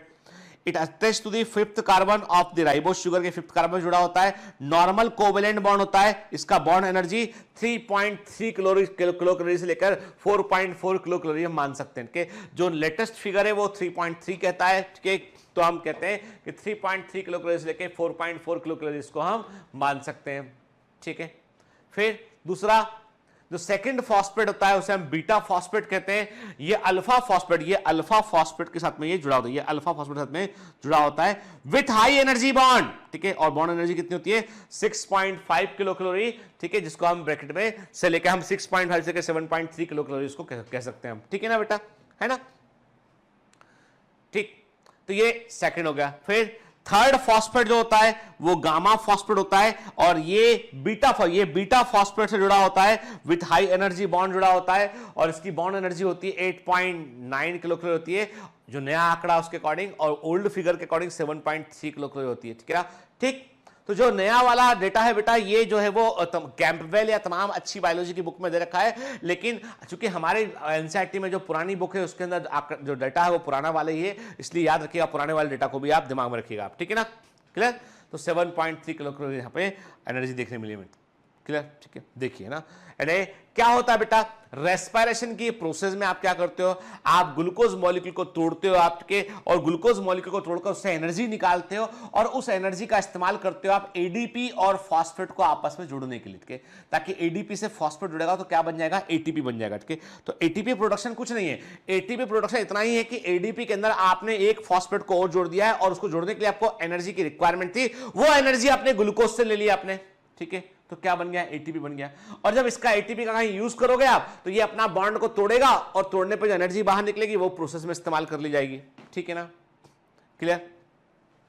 तो जो कोशिकीय श्वसन होता है, सेलुलर रेस्पिरेशन होता है, उसमें हम एटीपी प्राप्त करते हैं। अब एटीपी जो होता है, मतलब जो सप्लाई है, जो एटीपी की सप्लाई है, जो एनर्जी की सप्लाई है, वो ग्लूकोज के थ्रू होती है। ग्लाइकोलिसिस साइटोप्लाज्म के अंदर होता है, क्रेब साइकिल माइटोकॉन्ड्रिया के अंदर होता है, इलेक्ट्रॉन ट्रांसपोर्ट सिस्टम माइटोकॉन्ड्रिया के अंदर ऑपरेट होता है, और पर्पस इतना ही होता है कि हम ग्लूकोज की एनर्जी को धीमे धीमे निकालें और एटीपी में से हम कन्वर्ट कर लें हम। ठीक है, इसका मतलब ये कि और जहां एनर्जी की रिक्वायरमेंट होगी वहां एटीपी जाएगा, बोलेगा भैया बॉन्ड तोड़ लो, ले लो एनर्जी जो लेना है। ठीक है, तो एक सेल के अंदर there is conversion of ATP से एडीपी बनता है, और एडीपी से एटीपी बनता है। एक सेल के अंदर जहां पर भी एनर्जी को इकट्ठा कर रहे होंगे, एनर्जी बना रहे होंगे, वहां पे एडीपी से एटीपी बनेगा, और जहां पर एनर्जी को रिलीज कर रहे होंगे, छोड़ रहे होंगे एनर्जी करके, जहां पे एनर्जी स्टोर करोगे वहां एटीपी बनेगा, जहां एनर्जी को खर्च करोगे वहां पे एडीपी बन जाएगा। तो मतलब ये है कि very IMP, the conversion of ADP to into ATP, के जब आप एडीपी को एटीपी में कन्वर्ट करते हैं, जैसे कि रेस्पिरेशन की प्रोसेस में करते हैं, तब उसे क्या बोलेंगे, उसे बोलेंगे हम एंडरगोनिक रिएक्शन बोलेंगे। उसे हम क्या बोलेंगे, एंडर, स्पेलिंग ठीक करिएगा, स्पेलिंग इसकी कर लीजिए, उसे हम बोलेंगे एंडरगोनिक रिएक्शन बोलेंगे। इस प्रोसेस में एनर्जी स्टोर होगा के जब आप एटीपी को एडीपी में कन्वर्ट करेंगे तो एनर्जी बाहर निकलेगी, एक्सर्गोनिक रिएक्शन बोलेंगे हम। एक्सो मतलब बाहर निकलना के, और इस प्रोसेस को क्या देखो, एंडो मतलब अंदर लेना, एक्सो मतलब बाहर निकलना। एनर्जी को अंदर लिया, एंडो जो है वो एंडरगोनिक रिएक्शन के, छोड़ दिया एक्सर्गोनिक रिएक्शन। ठीक है, और इन दोनों प्रोसेस में जो एंजाइम काम करता है वो होता है एटीपीएस के। एटीपीएस इज द एंजाइम जो एटीपी पे काम करता है, इसे एटीपी को एडीपी में कन्वर्ट करता है, और एडीपी को एटीपी में कन्वर्ट करने में भी रोल प्ले करता है। ठीक है, देखिए जब रिएक्टेंट्स ने आप ऊर्जा को लिया, एनर्जी को लिया और उत्पाद बनाया। जैसे मैंने आपसे कहा ना कि रिएक्टेंट ने एनर्जी को लिया, ये एनर्जी लेवल था बेस्ट लेवल, और जो प्रोडक्ट बना उसका एनर्जी लेवल ऊपर के, तो एनर्जी को सप्लाई करना पड़ेगा आपको, तो एंडरगोनिक रिएक्शन होगा। ध्यान से बात सुना, ये छोटी छोटी इंफॉर्मेशन जो है ना बेटा, बड़े बड़े कई सारे क्वेश्चन का आधार बनती है के। तो मैंने क्या कहा आपसे, जब एनर्जी को दिया आपने, तो जो रिएक्टेंट थे उन्होंने हाई एनर्जी वाला उत्पाद बना दिया, जैसे एडीपी से एटीपी बन गया, ADP plus inorganic phosphate, energy को दिया तो एटीपी बन गया, तो it is the endergonic reaction, ठीक है ना। ठीक, लेकिन जब आपने रिएक्टेंट ने अपना जो उत्पाद बनाया वो लोअर एनर्जी का था, तो मतलब एनर्जी डिफरेंस आ गया, ये एनर्जी इससे टर्न, तो ये एनर्जी कहां गई, ये बाहर निकल गई एनर्जी है भाई। ऊर्जा ना तो उत्पन्न कर सकते हैं एनर्जी को आप, थर्मोडायनामिक्स का पहला नियम है, एनर्जी को ना तो प्रोड्यूस कर सकते हैं ना डिस्ट्रॉय कर सकते हैं, केवल एक से दूसरे फॉर्म में कन्वर्ट कर सकते हैं। तो एनर्जी का यदि मान लो यहां पे मैंने कहा दोनों का एनर्जी लेवल बराबर होता तो ना एनर्जी निकलती ना अंदर जाती के, लेकिन रिएक्टेंट और प्रोडक्ट तो एनर्जी देने पड़े, तो एंडरगोनिक रिएक्शन हो गया, ठीक है। रिएक्टेंट प्रोडक्ट तो एनर्जी बाहर निकलेगी इसमें, तो ये एक्सर्गोनिक रिएक्शन हो गया बेटा, ठीक है ना, क्लियर। याद रखिएगा, सेल के अंदर एटीपी अपने आप को स्टेबल बनाए रखने के लिए ये मैग्नीशियम आयन के साथ में जुड़ जाते हैं, कॉम्प्लेक्स में आते हैं इनके, और इससे क्या होता है, इनकी स्टेबिलिटी बढ़ जाती है। तो थोड़ा सा डीप सीटेड इंफॉर्मेशन है जो जिपमर के अंदर बेटा पूछा गया था, ठीक है। तो क्या होता है कि एटीपी, तो सेल के अंदर जो एटीपी पाए जाते हैं वो मैग्नीशियम आयन के साथ में अपना कॉम्प्लेक्स में आते हैं आपके। टोटल क्वांटिटी एटीपी की जो ह्यूमन बॉडी में, यानी मनुष्य के शरीर में यदि एटीपी की आप टोटल क्वांटिटी देखेंगे तो वो 0.1 मोल होगी। कितनी होगी बेटा, ये 0.1 मोल के आसपास होगी। किसी भी दिए गए समय पर हमारी बॉडी में एटीपी और एडीपी का टोटल योग बराबर रहता है, क्योंकि वही एडीपी एटीपी में कन्वर्ट होते हैं और वही एटीपी एडीपी में कन्वर्ट होते हैं, मतलब लगातार ये कन्वर्जन चल रहा होता है, ठीक है। चलिए, तो आज इसमें इतना ही बात करेंगे हम। तो आज हमने क्या देखा, आज हमने न्यूक्लियोसाइड, न्यूक्लियोटाइड, नाइट्रोजन बेस, इसके बारे में हमने समझा और हमने स्पेशल न्यूक्लियोटाइड को देखा, ठीक है। तो बेटा पढ़ते रहिए, मेहनत करते। आप देखिए, कमांडो फेज 2 ट्रेनिंग का वक्त आ चुका है, और कमांडो फेज 2 ट्रेनिंग जो होती है वो इसी समय ना सितंबर के आसपास शुरू होती है, और जो है मिड ऑफ सितंबर के आसपास। और उसमें क्या होता है, उसमें होता है कि लेक्चर की फ्रीक्वेंसी बढ़ जाती है, लेक्चर का ड्यूरेशन भी बढ़ जाता है, और आपको थोड़ा सा कई सारे लेक्चर आपको असाइन होने लगते हैं। यानी अब वीकेंड, जैसे आपने देखा होगा लास्ट वीकेंड भी आपके केमिस्ट्री के 2 लेक्चर आपको सैटरडे के दिन असाइन हो के, देयर में भी पॉसिबिलिटी कि कुछ लेक्चर आपको सैटरडे के दिन बायोलॉजी के या केमिस्ट्री के या फिजिक्स के असाइन हो, आपको जो देखना पड़े आपको के। अब आपके पास होगी क्या होता है, ये वो पॉइंट होता है यहाँ पे सिलेबस को हमें तेजी से लेके आगे बढ़ना पड़ता है, ठीक है। तो नहीं तो क्या होगा बेटा, हम देखो हम लोग तो टीचर हैं, एक क्लास में भी हम एक चैप्टर पढ़ा देते हैं, वही चैप्टर को 25 क्लास में पढ़ाते हैं। तो ये डिपेंड करता है कि हम कोर्स को केवल सिलेबस को हमें खाली खोखा जैसा नहीं पूरा करना है कि बस सिलेबस हो गया पूरा, नहीं बेटा, हमको समझना है, हमें एग्जाम सच्ची में एग्जाम निकालना है। मतलब आपको कभी भी किसी ऑफलाइन कोचिंग की याद ना आए, कभी जिंदगी में ऐसा ना लगे कि हमने ये XYZ या ABC किसी और कोचिंग में जाके नहीं पढ़े हैं इसलिए ऐसा हुआ, नहीं बेटा। वो उस क्वालिटी की, उस गुणवत्ता की गारंटी मैं लेता हूं, लेकिन आपको वक्त तो देना पड़ेगा ना भाई। हम कैसे डिलीवर करेंगे बताओ मेरे को, कोई तार तो लगा नहीं देंगे आपके दिमाग में, USB लगा दे यहां से वहां ट्रांसफर हो गया। पढ़ाना पड़ेगा ना हमको, ठीक है। पढ़ाने के लिए वक्त चाहिए हमको, तो कुछ लेक्चर आपके असाइन भी होंगे, ठीक है। मैंने पहले भी एक आपसे कहा था कि देयर आर पॉसिबिलिटी कि देयर आर सम चैप्टर जो बायोलॉजी के अंदर भी हैं, केमिस्ट्री और फिजिक्स में ऐसा जनरली, क्योंकि वो एक ही सब्जेक्ट होता है। बायोलॉजी में क्या होता है, बॉटनी एंड जूलॉजी 2 सब्जेक्ट होते हैं, बायोलॉजी का वेटेज डबल होता है, बायोलॉजी का सिलेबस भी काफी बड़ा होता है, इसलिए बायोलॉजी में मुझे कुछ चैप्टर आपको असाइन करने पड़ेंगे बेटा। तो उसके लिए सब्र रखिएगा, उसको लेके जो है वो नेगेटिव मत सोचिएगा कि सर हमारे लिए मेहनत नहीं कर रहा है। भाई मैं आपके लिए मेहनत कर रहा हूँ। जब मान लीजिए कोई लेक्चर आपको असाइन किया मैंने ना, तो मैं उसके लिए कंटेंट में पीछे बैकग्राउंड में कंटेंट क्या जाएगा, क्या डीपीएस जाएगा, आपका क्या क्वेश्चन जाएंगे, आपको क्या, वो सब पे काम चल रहा होता है, ठीक है ना। तो मतलब एग्जाम आपका है, एग्जाम मेरा नहीं है, मैं तो बहुत पहले निकाल चुका हूं, समझ गए ना। इसलिए पढ़िए आप अच्छे से, हम पूरी मेहनत करने तैयार है आपके साथ बैठके, लेकिन हमें भी आपको स्पेस देना पड़ेगा ताकि हम आपके लिए और बेहतर काम कर पाए, ठीक है ना। तो असाइन टास्क को लेके नेगेटिव मत सोचिएगा, जो आपको सैटरडे संडे असाइन होगा। और आपके केमिस्ट्री फिजिक्स के लेक्चर जो है वो पूरे 100% लेक्चर जो है वो री रिकॉर्ड होते हैं हर साल। बायोलॉजी में मैंने पहले भी आपसे कहा था कि 70% तक कोर्स लेक्चर हैं वो री रिकॉर्ड होते हैं, 30% जो है वो आपको जो है जो रिसेंट होता है, जो बहुत अच्छी क्वालिटी का कंटेंट होता है, उसको कई बार हम लोग जो है वो री अपलोड भी करते हैं, ठीक है ना। तो उसको लेके जो है वो दिमाग में कोई वो नेगेटिव विचार मत रखें क्योंकि लोग लाइव लेते हैं, आप री अपलोड कर, नहीं बेटा ऐसा नहीं। आप कंपेयर कर लीजिए क्वालिटी लेक्चर का, आपको समझ में आएगा कि यू विल फाइंड इस चीज मच बेटर, ठीक है ना। अब मैं भी चाहूं तो मैं भी 4 टीचर जोड़ सकता हूं बायोलॉजी के साथ में, लेकिन बात ये है कि मतलब I don't want to compromise with a single person with the quality of the content. क्या, क्योंकि मुझे क्या चाहिए, टॉपर चाहिए के। पहले भी मैंने आपसे कहा है ना, प्राइस आपको पता है ही सही, मुझे मिलना है आपसे, और आपको ये फ्री नहीं है, गुरु दक्षिणा है आपको, आपको सिलेक्शन, अपना सिलेक्शन मेरे को देना है आपको, समझ गए बेटा? तो पढ़ते रहिए, मेहनत करते रहिए, all the best.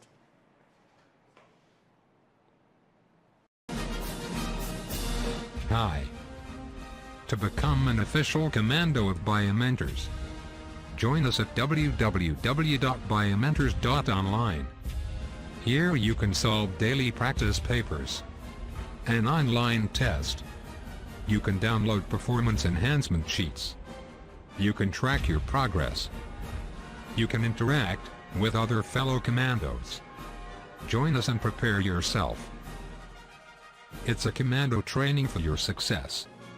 Download Biomentors online app from Google Play Store.